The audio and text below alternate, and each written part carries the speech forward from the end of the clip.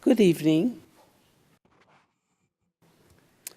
I am Maria Marable-Bunch, the Associate Director for Museum Learning and Programs at the National Museum of the American Indian.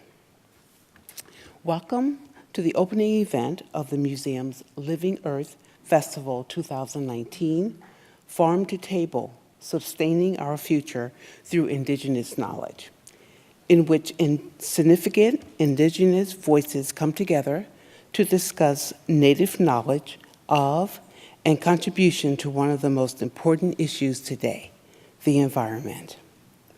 Greetings to those in the auditorium and to those joining us via the webcast. We are happy to have you with us. We will begin this evening's program with the documentary Return. Directed by Karen Cantor, this 28-minute film examines how Native American women are reclaiming traditional foodways to improve the physical and spiritual well-being of Native communities. I am delighted to say that Ms. Cantor was able to join us this evening for the program. Ms. Cantor, yes.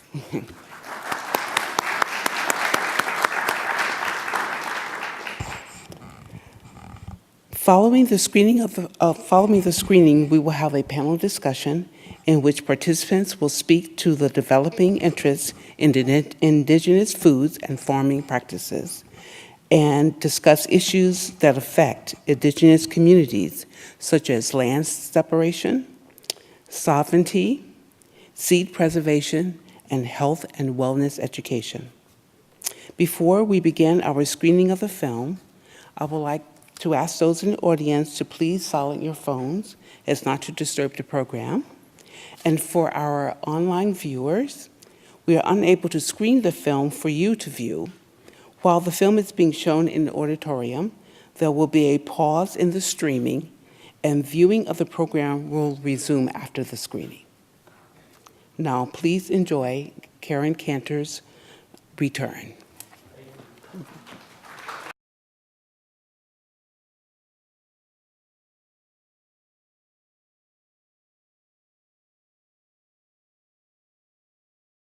Let's have another applause for the film.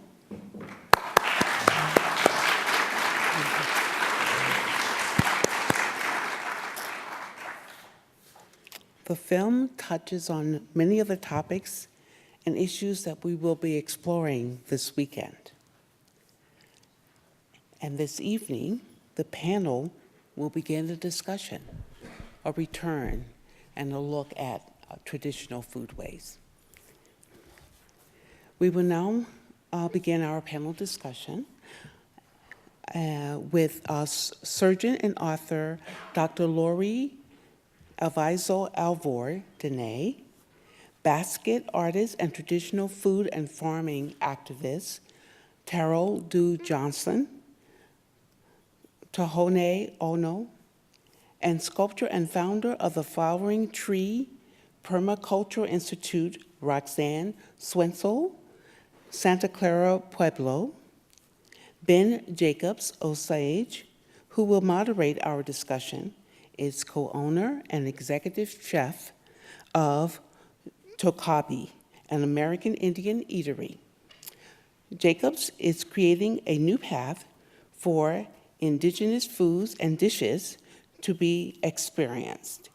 Tokabi is an American Indian eatery that's located in Denver.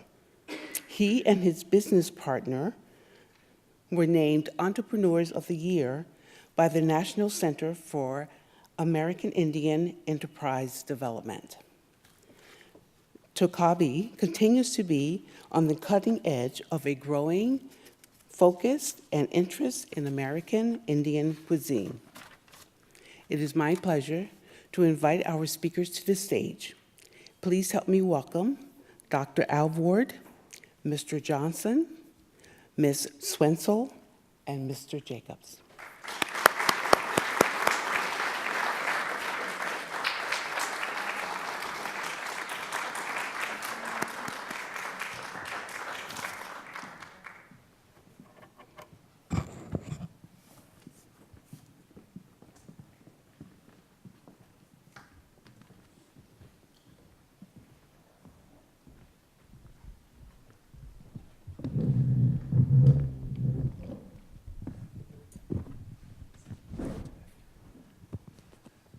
All right, good evening. How's everyone doing? Good. So I'm going to start off right off the bat and tell you I've sat on many panels, but I've never been the moderator. So I'm excited. I'm excited to be here. Again, I'm Ben Jacobs. I'm a member of the Osage Nation, which is located in northeast Oklahoma.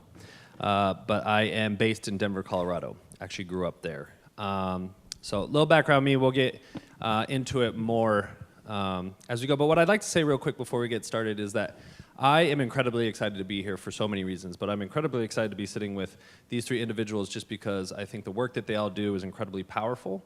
And tonight, along with you, I am excited because I feel like we can all learn something. We can all learn something from each other. We can all walk away with a bit of education, but really just be inspired. Being native, non-native alike, I think that we can all walk away with some serious inspiration about how we live our lives and the decisions that we make within our day-to-day balance. So with that, I will stop talking. I think that it would be important for everyone to introduce themselves again and talk a little bit deeper into your work, and then we can have, there's so many things to unpack, I think, after the film. So why don't you go ahead. All right, thank you. Good evening. My name is Terrell D Johnson. I'm from the Tohono O'odham Nation.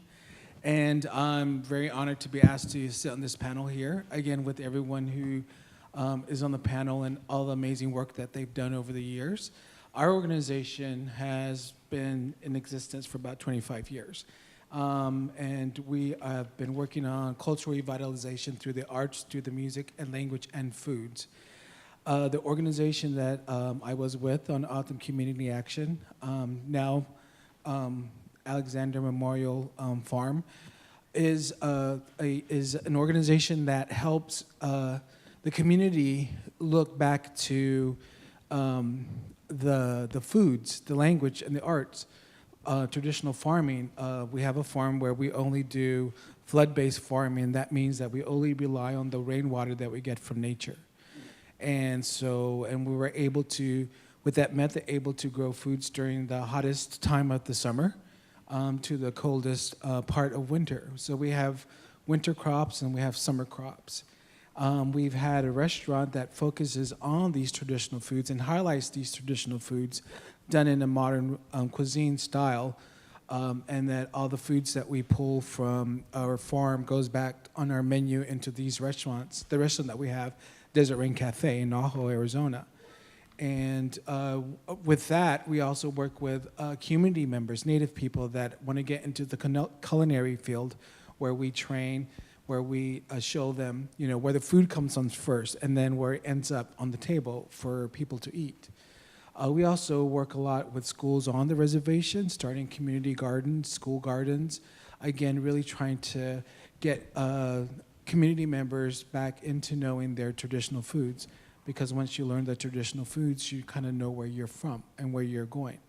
A lot of the times with what we do, we're going back to the very basics with the community, and that's teaching them how to cook, how to recognize the simple things in the desert. I liked what the woman said in there. There's several acres of a store, of a kitchen in her area, and I like that. I like the idea, because same thing back home.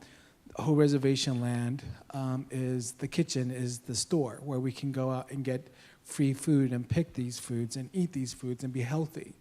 So it's really exciting to see all the work that each of us do in our communities, but in other communities, and it's really an amazing time to be in this movement of Native foods. So thank you again.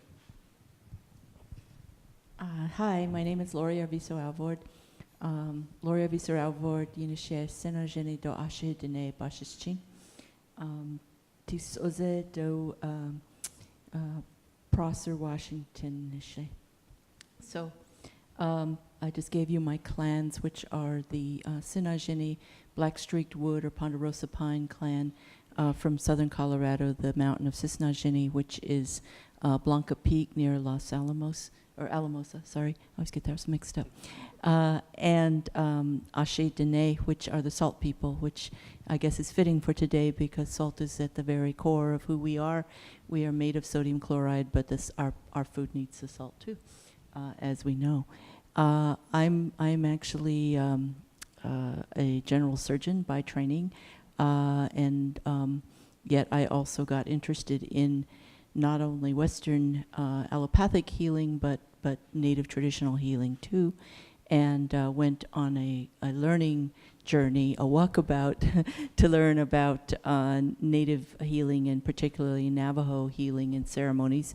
And through that, learned quite a lot about how our people used to live and how they used to eat and the food they had and the lives they lived. And it's very interesting that traditional living actually is a master plan blueprint for how to live a healthy life even today. It has the right balance of foods, much higher in vegetables, somewhat little bit less in proteins, but certainly far less in fat, and absolutely no processed food, which at least I don't think so anyway.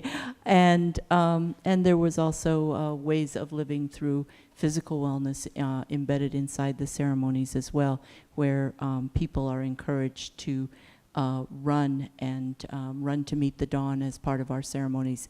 But having a healthy body was highly, highly valued. Likewise, the reverence that we have for the natural world and the ecosystem is also part of the teachings of the ceremony. And as we know, we need clean water to live properly, clean air, clean land. We need all of those for clean plants to create as well in when we're growing food. But even more than that, there are actually sacred plants inside the ceremonies, as mentioned in the documentary. Corn, squash, beans, and tobacco are considered the Navajo sacred plants, and there is even sand paintings with those in there. And at one point I was talking about this, and a nutritionist told me that those three plants, corn, squash, and corn, squash, and beans, would be able to sustain 97% of a person's nutritional needs. So with just those three foods, you could survive. And so I think that the wisdom that comes from traditional foods is very, very strong. And I very much commend our panel and the panelists for the quest they've had in terms of understanding traditional food, the delivery of it, and the correct connection of it to living strong and healthy with healthy people, tribal members, and communities. Thank you. Imbiak Gingdi. I'm Roxanne Swentzell. I'm from Santa Clara Pueblo, and I'm really honored to be here with these amazing people. I'm an artist, but I'm also a founder and director of Permaculture Institute called Flowering Tree. We started as a nonprofit, started it in 1989, and have been working with cultural preservation of the Pueblo people, and that kind of covers a lot of area. And through the years, I've been a seed saver, a builder, a weaver, a shoemaker, a grandma, but the food has sort of pulled it all into this vortex of meaning, because nothing is closer to us than what we put into our bodies, and our food is medicine, or it can be, dangerous. It depends. And so it's very, very close to us. So when we start from that center place, then everything else seems to be connected to it. And so I found that if you focused on the food, all the other aspects of our world sort of tie in with it. And so I work from that place outward. Thank you. Thank you. The three of you just talked about basically every question I was going to ask. So we're done. No, well, I appreciate what everyone said, and bringing it back, I really like that part in the film too, that we have 30,000 acres of food outside. And someone said to me one time, "Why do we go to the farmers market when we have our own farmers market outside?" Which I loved, because the food is there, but then it also takes the food that you have to get your hands in the dirt. You have to get it you have to redevelop. One thing that I'd like to talk about is that we all come from different kind of approaches, and one thing that I don't like to do, but I really love, is that no one has a specific label. You're not just a gardener, you're not just a chef, you're not just a surgeon, you are so many different things. So what have you found from your different backgrounds of being an artist, being a surgeon, but being tied into your community, how you're able to share your stories, teach people from your multiple backgrounds of medicine, of food, of art, that all these things are important within our communities, because it's hard to get people to take themselves into kind of a new direction. So I just kind of wanted to know what is the feedback that you get from people when there's, well, you're just an artist. You're like, but I'm an artist, and I'm this, and I'm this, and I'm this, and you can express so many different things from your background. Is that a question? I don't know. I'm really just asking things that I'm interested in. Should I go first? Yeah, anyone can go. Okay. Yeah, feel free. Well, for me, it helped me, but it's really the way I was raised, seeing people from the community doing more than just what their job required. My grandfather was working as a counselor for an alcoholism program, but he was a medicine man. My grandmother was a stay-at-home mother, but she was a herbalist as well.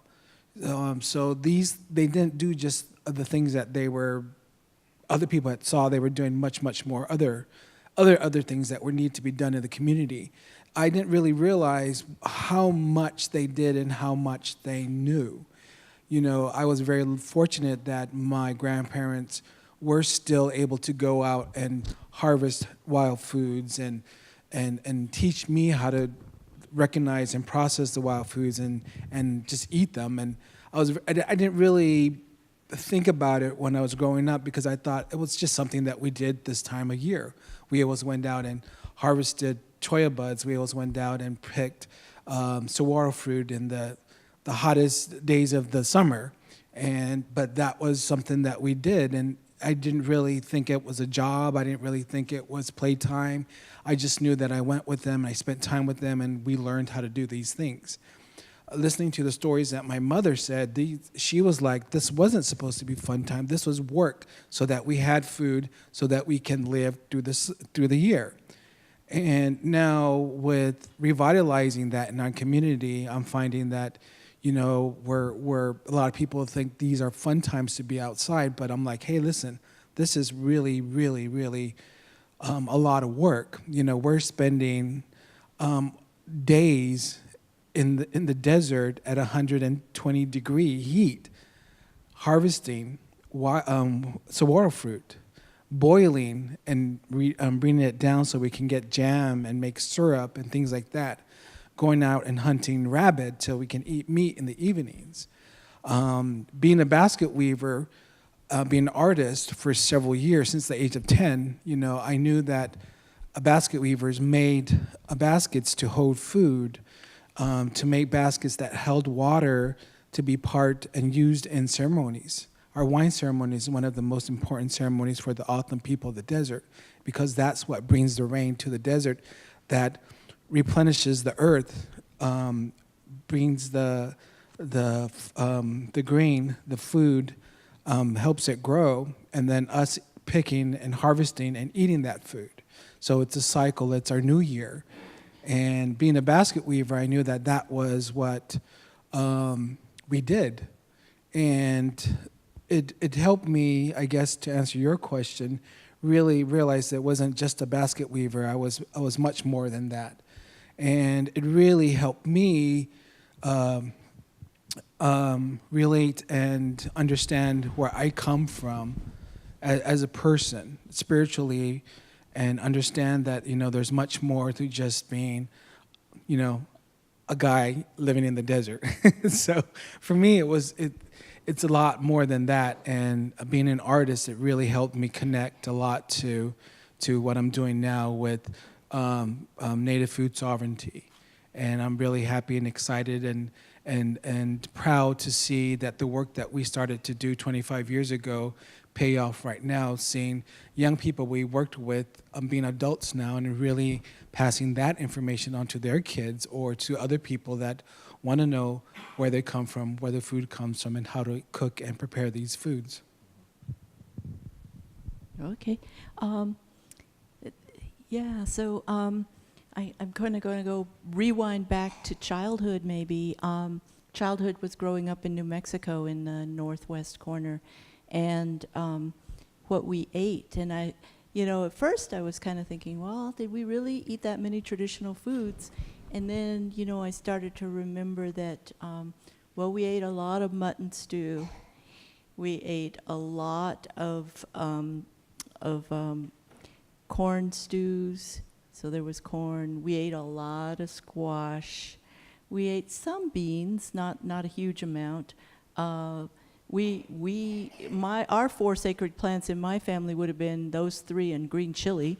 New Mexico is hugely into red and green chili, which when I went away from my home, I think that's what I missed the most was the chili of the food. It was so important to me. I had no idea how important it was until I didn't have it. And then it became very, very clear to me. But the pasoli has the hominy, which is a type of corn too. We certainly did have a lot of traditional food inside of our diets, but I do think that at the same time, we had food coming from, the supermarkets around the corner. And to the extent that we can go back and rebalance and go back to more of our traditional foods, the healthier we're going to be. So that speaks to my life as a healer, as a physician, as a surgeon, because these are, diabetes, as it's mentioned in the program, is so prevalent in our communities, and it's partly because of our sedentary lifestyle now and because of what we're eating.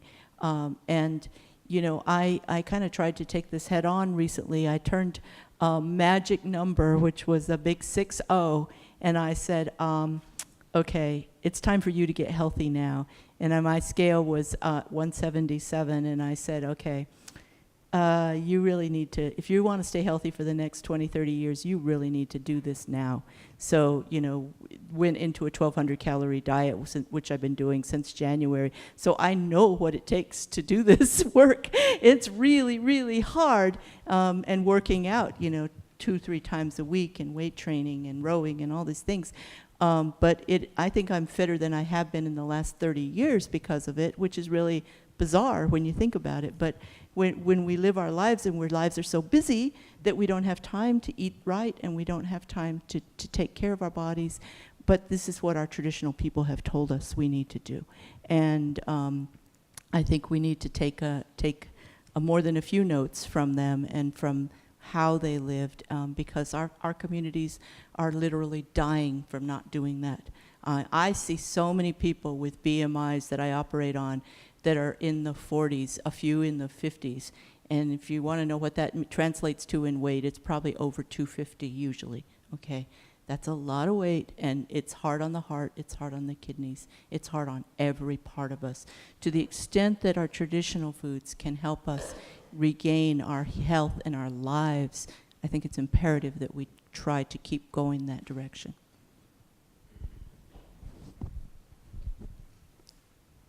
Well, when I think of diversity as a person, from your question, I think that not any one of us is one thing. Even if you say I'm a doctor or I'm a grocery store bagger, whatever, is like, no, you're a human being, and as a human being, you may be, a cook of cakes, and then a good shoelacer or a good sewer. We do so many things as human beings, so it's a strange way to think of us as one thing or two things or put labels on us, because in a way it's like, no, I think it's very strange for Native peoples traditionally to think in terms of you are one kind of thing, because we're human beings, first of all. And to Native people, I think that meant how you do whatever you're doing throughout your day, whether it's holding your baby, whether it's going and giving a talk, whether it's going to make a pot or a basket or anything. We do so many things, but the more important thing maybe is to go, how are you doing it? How are you doing all those things that you're doing every day? And I think that's a native thinking more than Western mind thinking of labels. And so, for me, it fit into how I was brought up of like, no, I'm me does this whole list of things today, and tomorrow it's going to be different, and my whole life will be many, many, many things. And so it's hard to narrow in on one little thing because it's just one part of me. So there's so many more things too. Anyway. Yeah, we're complicated people. Yeah, yeah. Well, and the work that everyone does is complicated, and I think that's the point. But what I really take away is that people say knowledge is power, but knowledge is culture. Knowledge is where you come from. Knowledge is what we share in these situations. And the reason I kind of ask that and talk about that is, everyone's heard my grandma didn't write that down. It was just what it was, because that was life. That was what it was. It wasn't a job. It wasn't a label. It wasn't a tag. It wasn't what you did. Food was important. And food is becoming important again in so many aspects of our daily lives. And something that I find excitement in personally is that people are actively excited and choosing foods, choosing health. So one thing that I think is really important, talking about the food sovereignty, is, what is food sovereignty to you? I know sovereignty is complex in itself. But what is health sovereignty? What are these aspects that are part of our lives that we take ownership of again and build that knowledge and reteach that knowledge? So for you, what is your work in food sovereignty, in health sovereignty? How do you see your role in helping to develop our future? One thing I wanted to say is Valerie Segrist was in that, and I heard her say a really beautiful comment. We talk about our grandmothers, we talk about where food comes from, and we always kind of say our grandma, but I thought it was beautiful when, in something else, not in this, when she said that her baby, she was feeding her baby, and she was breastfeeding her baby. That was food sovereignty. She said, I'm feeding my grandchildren. So we are those people now. Our grandmothers are now, our grandfathers are now, and I think that's incredibly important. So I'm interested to know, and we can call it a label of food sovereignty or health sovereignty, I know. But I'm just interested in your work. What do you see as the approach, and how do you approach? Because to me, there's no wrong way if you put your people behind it. There's really no wrong way if it's for the benefit of your community and to help uplift people. So again, I don't ask the best questions. I kind of just talk. But yeah, that's kind of what I'm interested in. What is your approach in the food sovereignty or the health sovereignty, since we come from different kind of backgrounds? Anyone want to go? Do you want me to point at people? I don't want to point. No. I could go. Personally, the food sovereignty or the health sovereignty, my role is I'm the messenger. So I give a lot of talks about the importance of traditional ways of living, ways of healing, traditional foods, traditional activity, traditional lifestyles, and the protection of the ecosystem, as I mentioned. And then I hope that it takes hold in many, many minds, especially young minds, to go out and to live that and to practice that. And so I can tell you that it always gives me joy to see that tribes are moving in that direction. And it gives me joy. I'll tell you one more thing I've been told this many, many times by many people, especially young people, that when they hear how much wisdom there is inside of their own culture, in their own tribal beliefs, in their own ceremonies, it raises their self-esteem. And we need that terribly, because we have a very high suicide rate. Well, why is there suicide? It's because people are not at peace with who they are, right? So part of becoming at peace with who you are is being proud of who you are and being proud of your culture and realizing that your culture has infinite pools of wisdom. You just have to go dive down and get it, and learn it and see it. That's the work of everyone here. Particularly Roxanne has gone back and trying to live the diet that people lived in the past, to actually do it. I mean, that's such hard work, trying to grow those foods. That's hard work too. I'm currently in Washington practicing, so I'm getting to know the Yakima Tribe. The Yakima are part of a intertribal tribal consortium, and I'm taking notes because this is still kind of new to me, so I don't want to say it wrong, of tribes that, 55 tribes that raise 15,000 buffalo. And the reason for that is to remember or to go back to the life they had with the buffalo. But the buffalo are healthy. Oh my God, the buffalo have they have 70 to 90% less fat than beef. Imagine, who knew? And they're working on other projects. I mean, they've always been fishing people. Salmon, one of the healthiest things that you can eat on the planet. But they are also people who work with berries and nuts, and those have antioxidants in them. They also they have a lot of culture digging up roots. I don't know what the nutritional value of roots are, but trust me, if they can make trees, and other things, they probably have huge amounts of nutrition within them. So I see my own role as a messenger, but I think the message is so very valuable.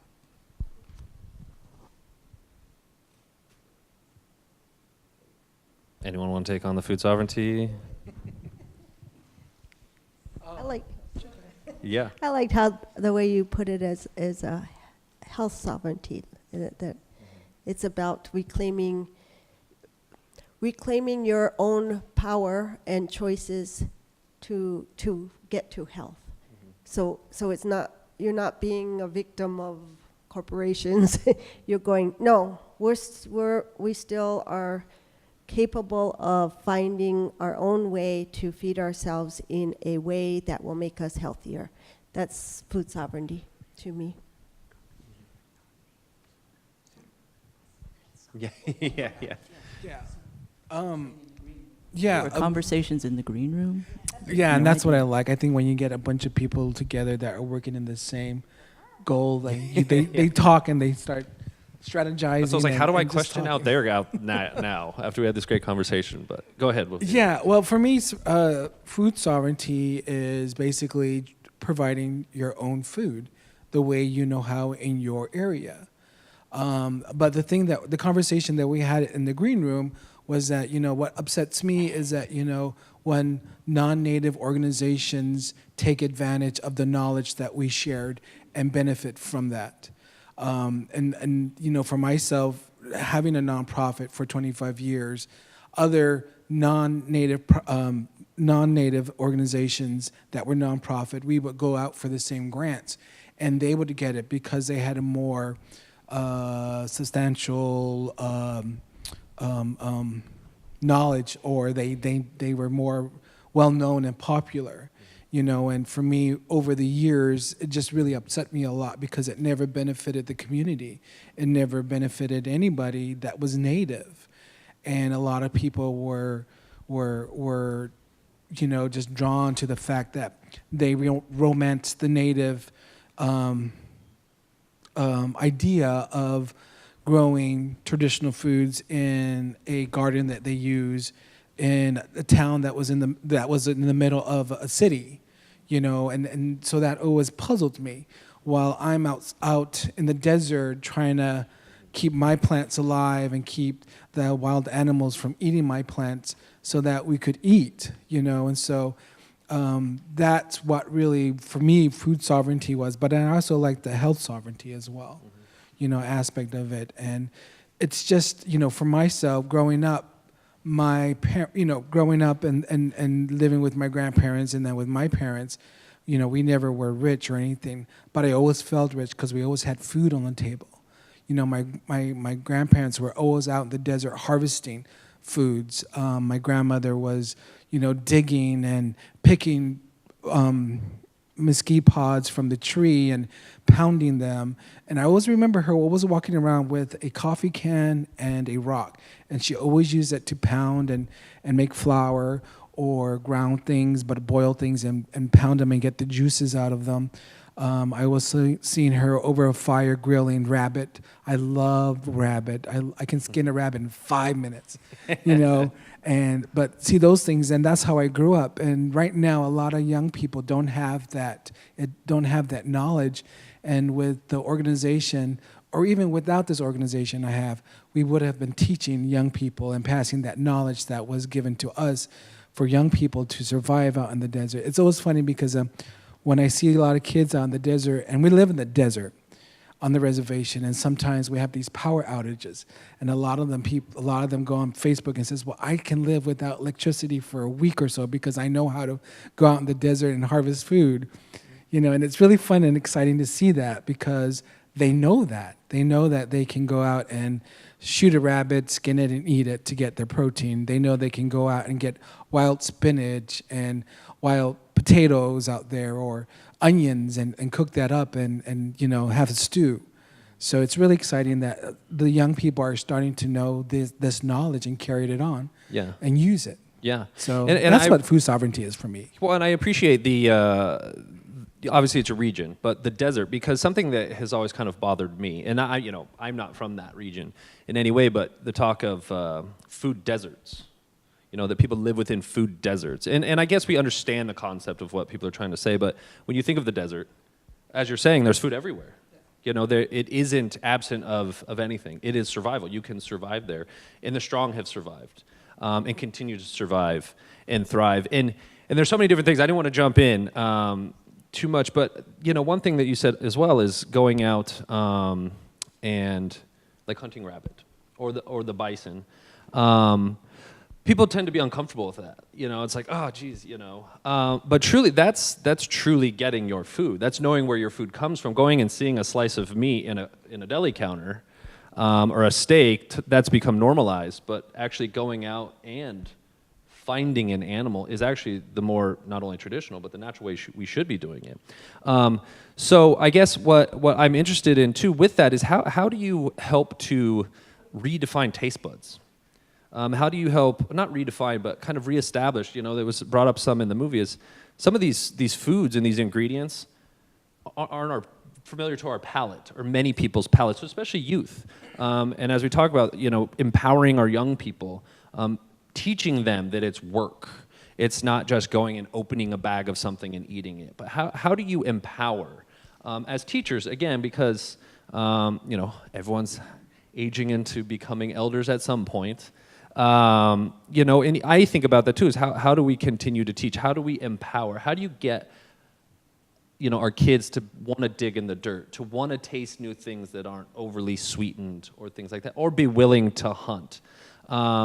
What is the feedback? I know these are a lot of questions, but what is the feedback that you get from the young people and the excitement? And just, that's what I'm really interested in, is individually, how do you empower people? Empower people to have a healthier body and know that this is important, because that's very complex as well, as coming from westernized medicine, as you said.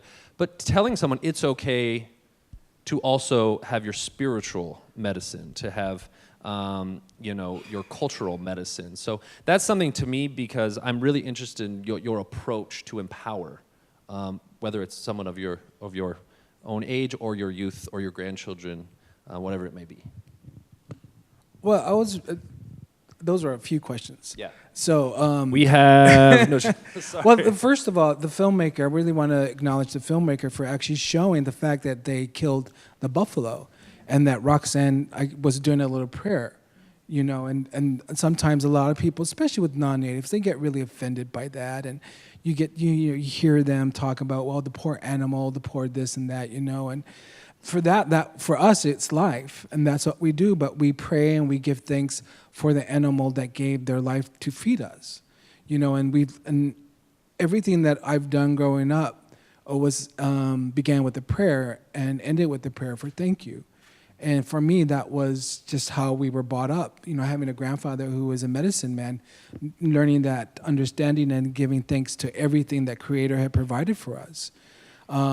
So for that, you know, I'm really excited because also too that, you know, now a lot of people get so squeamish about seeing animals killed or being butchered and things, but those are the one things that we do when we have gatherings is we butcher, we go out and hunt, and we have meat to provide for the people that come and attend our gatherings. So that's one of your questions, and I wanted to give thanks to the That filmmaker was one of five. for putting them there. Yeah, and the other one, you know, is again with food. Everybody eats food. And that's one thing that we make sure when we have gatherings or events is that we have food to provide for the people. I would say, you know, one of the big things that were popular in our area is our tepary beans, the beans that grow in the hottest time of the year in the desert, and those are tepary beans.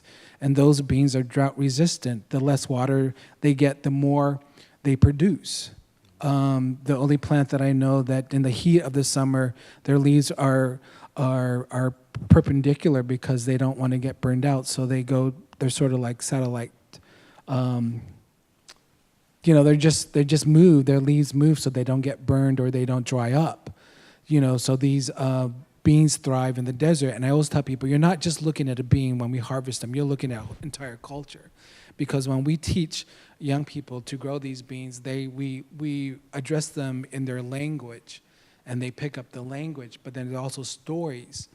During wintertime, when we tell stories, Coyote stole a bag of beans, and he was running and he tripped, and the beans opened up and spilled into the sky, and that's how the Milky Way was created. So these kind of these things we tell our young people, and so they know that. So when they're just looking at a bean, they're looking at they address it in their language. They pray before they plant it. They pray before they start tilling the soil. They pray during the time of the growth of the plant. And when it's time to harvest, they pray. So these things we teach young people so that they know this. And when you're teaching them, they start to get a sense of being, of where they're coming from. And right now, I believe that a lot of the young kids don't get that opportunity to know where they really come from.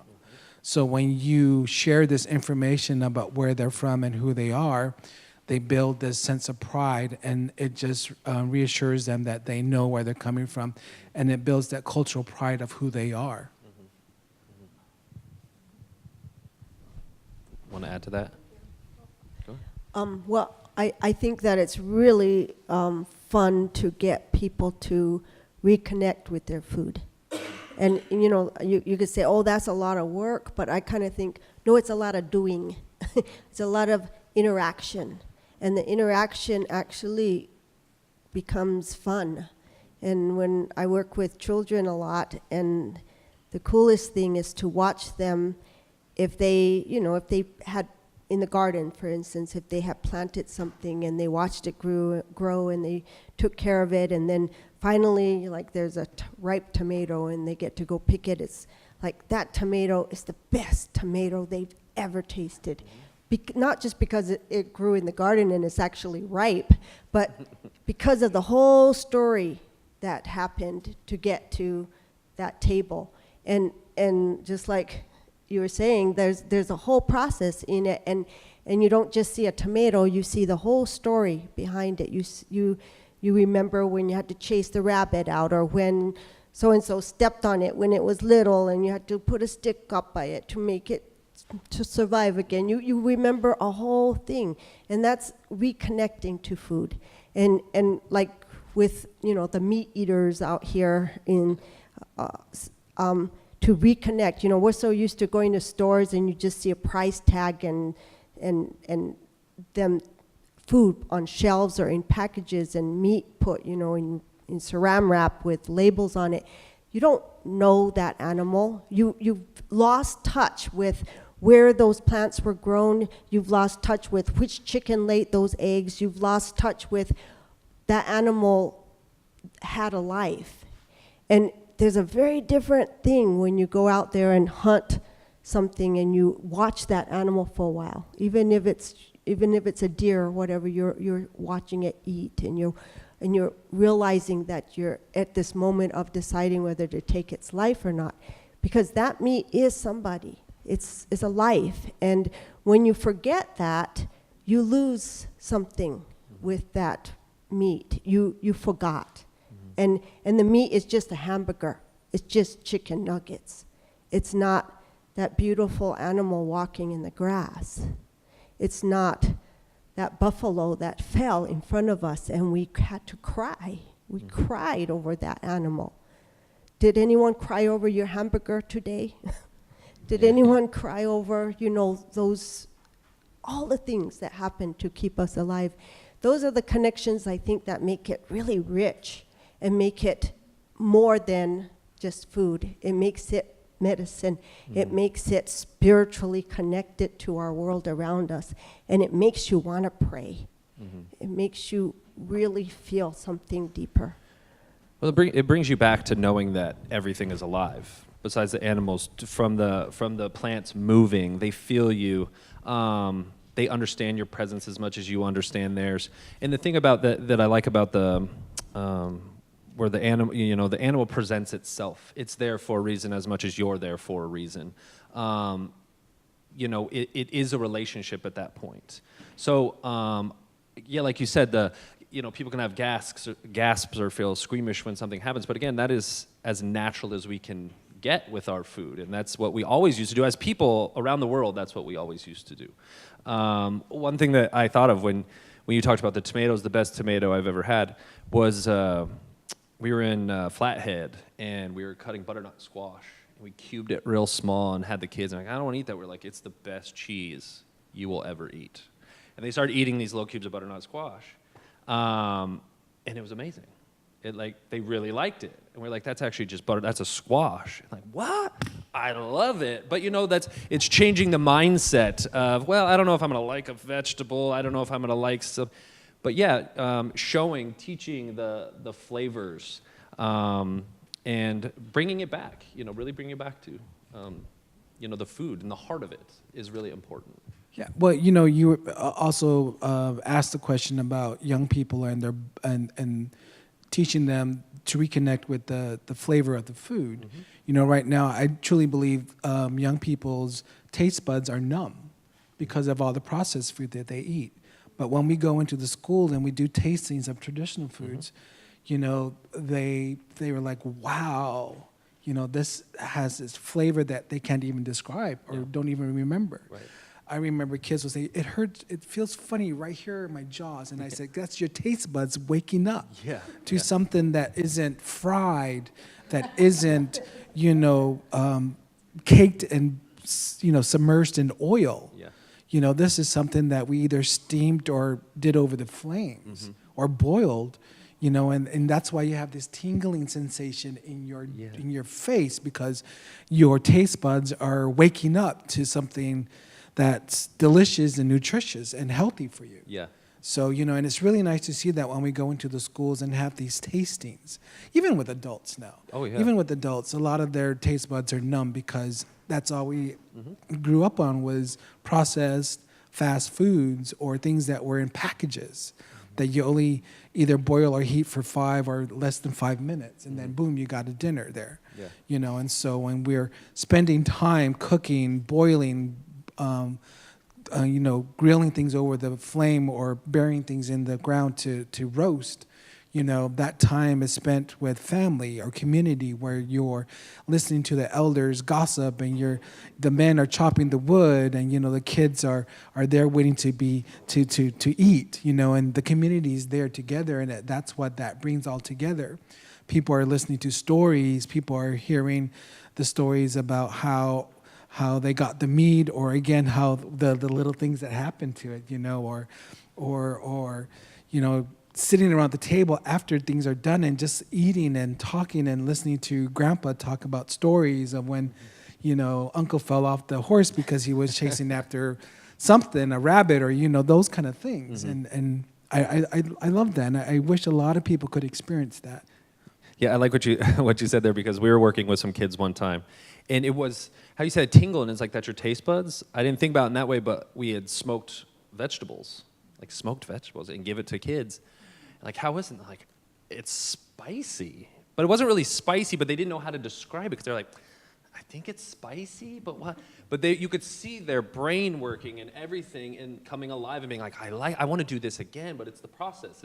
It's the fire. It's putting things. It's the peeling. It's the whole process, and then the excitement that ensues, even in adults. I agree is really important. But what that brought up, and what I'm really, we've talked a lot about food, and that's the heart of what it is. But I think the biggest thing that you bring up is what's so important. Is community, is that it truly is the beginning stages of community. And one thing that I think is a beautiful experience, and really seeing what you're doing, maybe you can speak to this, is that, you're helping people with food, but by the end, it truly became a new I don't know if they're all family or what it was, but it was truly bringing the community and developing the community and the strength, and then you have more and more people. So maybe you could speak to that as the importance of, we understand the food and the techniques and the process and the water, but what about the development of community for the strength of our futures? Well, I think Terrell had said it really well about, it does bring, when you're doing food, when you're bringing in food in this different kind of way where you're interacting with it, it is helpful to have community, and it becomes, we still in the Pueblos have like communal rabbit hunts, or where, if someone went up the mountain and got an elk, for instance, you bring it down. It's hard to cut up an elk all by yourself. You're going to go get your mom and your sisters, and pretty soon, someone else heard there's an elk, and they'll think, if I bring my knife and start cutting, I'll get a piece of it. So, it ends up dispersing this animal throughout the village, and those are communal activities that are around food. Same thing with a field of corn. Is like if you're all by yourself trying to bring that corn in, it's no fun. But you go get your grandkids and you go get whoever else, and pretty soon they're bringing a potluck, and you're out there, and it's a party to go get the corn and bring it in, and same thing with every part of the process of it becomes a communal thing. And that's really important to the health of any society, is to find ways that it naturally brings people together, because it's helpful. It's just helpful. And we live in such separate worlds now, but as tribal people, we really needed each other's help to survive, and that made us strong as communities. It made us vibrant, because we needed each other for these things. And then, of course, you gather to eat together because you worked hard for this food, so you all want to show off your food and share it with each other. And there's a lot of it, so you don't want to eat it all yourself. You want to share. Mm-hmm. So all of that is strengthening community. Mm-hmm. I would just echo that. I mean, the secret sauce of an amazing, wonderful life is interconnection with other human beings. And it is having that richness that comes from doing things together with a group of people that care about you and that you care about. And these types of activities are the ways that tribes maintain their mental health as well as their physical health, because there were always things to be doing. If you have to go get your food, you're going to be using your body. If you have to go get that whale, as they were talking about getting a whale up to the northwest, or if you have to go salmon fishing, it's a lot of work. Deer hunting, my family, we hunted deer every fall from the time I was this, and you walk your tail off going looking for deer, and you spend a lot of time, and then getting it, you're right, getting it cut up, getting it ready for storage, ready for preservation, or doing the jerky part. You can do that too, or smoking meat. I mean, it's all, when you do it yourself, it's a lot of work. You burn the calories, you're healthier, but you're doing it with people, and you're building great memories, and your kids feel included. They feel part of it. It's not like the parents are off doing one thing and the kids are not. doing something, it's a way to get a whole family involved. So all of these things it's really is the recipe for a way to live your life healthily, healthy. Yeah, I like that approach, and I've been asked before, when you cook with someone, you try and teach someone, how do you teach them to cook? But I think that's what I learned was you don't really teach to cook. You teach to be together. You teach the belonging. You teach the process comes, and that's the community. That's where, especially now, the languages are coming back in the food, in the community gatherings. I think that's just as important to get people excited, because you can tell them a technique or you can teach them an ingredient, but if you can teach them the time that's a part of it, that's truly impactful, and that's what I think really changes people's minds and wants them to be a part of that. You want to tell stories about your family, as you get older as well. Yeah, but it also builds a lot of cultural pride in the individuals that go to these gatherings, because with the elders especially, a lot of them never went to school or got degrees, but that we go to them for the knowledge that they hold, and you ask them and you approach them to share the knowledge, and it's that respect and that pride that they have of that knowledge, but then inviting the young people to take part, them knowing and learning from these elders, you're building that community, because it's the young people who's going to be carrying this information on, and it can be the next generation. Like the Roxanne in the film, where she has the young guys in your seed bank, and they're picking their seed to grow, to plant, and you can just see them excited about it. And you talked about the youth, when we go in, we help young people start a garden, they get really excited because they say, wow, I took care of this thing when I put it in the ground, sang a song, and then watered it every day, make sure that it was not being bothered, and then it produced these fruit at the end. And so they got that, and they tasted their fruits of their labor, and that's really exciting to see how, for them, a lot of them don't know where their foods come from, and so I remember a story of a young person. We were growing carrots, and he pulled out a carrot, and he was like, wow, I didn't know carrots came from the ground. He always thought they just came in a package in the grocery store. Yeah. And so those things, it was really nice to be part of that experience of this young person understanding where his food comes from. Yeah. Well, so I know we're short on time, and we kind of have to end there. But I guess to kind of finish, and we'll be out in the little reception. If you have questions, please feel free to come up and ask any questions.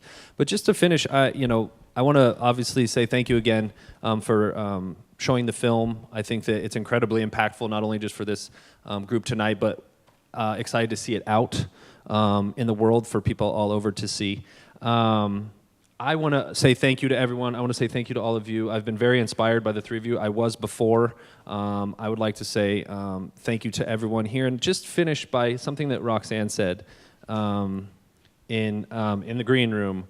Was, she's been asked before in these settings is what are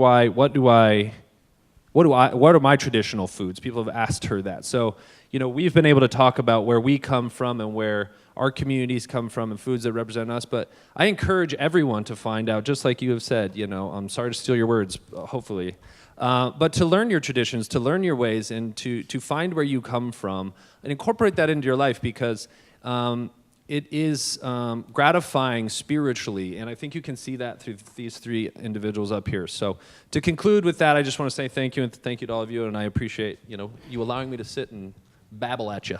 So, thank you. Thank you. Thank you.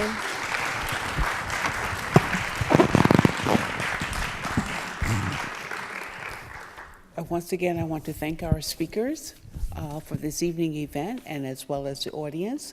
Thank you for joining us, and our online guests too. I hope that many of you will come back and join us this weekend, where we will continue all of these great, wonderful discussions. We will have demonstrations, continue lectures, and cultural performances on both Saturday and Sunday. And we will also be offering tours, what we call our eco tours, along the landscape around the building. So that will also be happening this weekend, as well as family, kid-friendly activities as well. We'll be offering that. I would like to end the evening by inviting everyone that's here to join us for a reception where we will be featuring two native business owners, such as Twisted Cedar Wines and Madre Chocolates for our guests. So you can enjoy those while you mingle with our guest speakers. And good evening.